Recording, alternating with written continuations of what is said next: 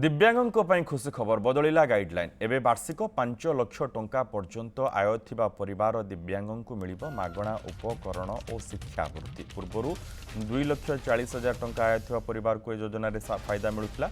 राज्य सरकार भीम भोई भिन्नक्षम सामर्थ्य अभियान योजनार गाइडलाइन रे संशोधन कर परिवार वार्षिक आय सीमा को वृद्धि करा जायछि। जो परिवार वार्षिक आय 5 लाख रु 10 लाख टंका मध्य थिबो सेमानंकु भिन्नक्षम उपकरणर मोट मूल्यर मात्र 25% अर्थ देबाकू पड़िबो। 10 लाख रु अधिक वार्षिक आय थिबा परिवार गुड़िकु मोट खर्चर 50% वहन करबाकू हेबो। पूर्वरु वार्षिक 2,40,000 टंका पर्यंत आय थिबा परिवार को संपूर्ण मागणारे एवं एहाठू अधिक थिबा परिवार को 50% रिहाती मूल्य भिन्नक्षम सहायक उपकरण जोगाई दिया जाउथिला।